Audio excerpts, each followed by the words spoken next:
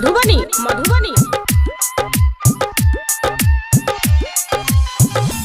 बाबूजी के अखिया सागी लोरा पागे सुना क अंगना के बेटी सुना क अंगना के बेटी कल तू सासुर जे भी सुना क अंगना के बेटी कल तू सासुर जे भी बाबूजी के अखिया सगीर लोरा बागे ना बाबूजी के अखिया सगीर लोरा बागे ना डीजे रजन अखिया सगीर लोरा बागे ना रूपम रिकॉर्डिंग स्टूडियो जीवा चौक मधुबनी मधुबनी। केकरा सँ हंसबै बजबै केकरा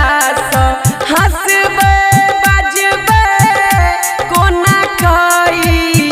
दुख हम सहबै केकरा सँ हंसबै बजबै कोना कई दुख हम सहबै इहे सोच फाटैया करे जाबागे ना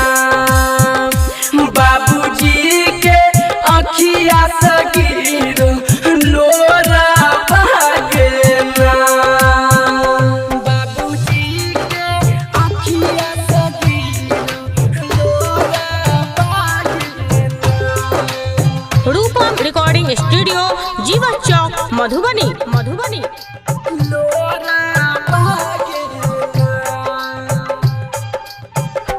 गायक अनिल कहै छो गायक अनिल कहै छो रूपम सेहो कनै छो गायक अनिल कहै छो मिंटू सेहो कनै छो काल चलि जेबे बेटी गे होइते भोरा बागे ना बाबूजी के अखिया सगीर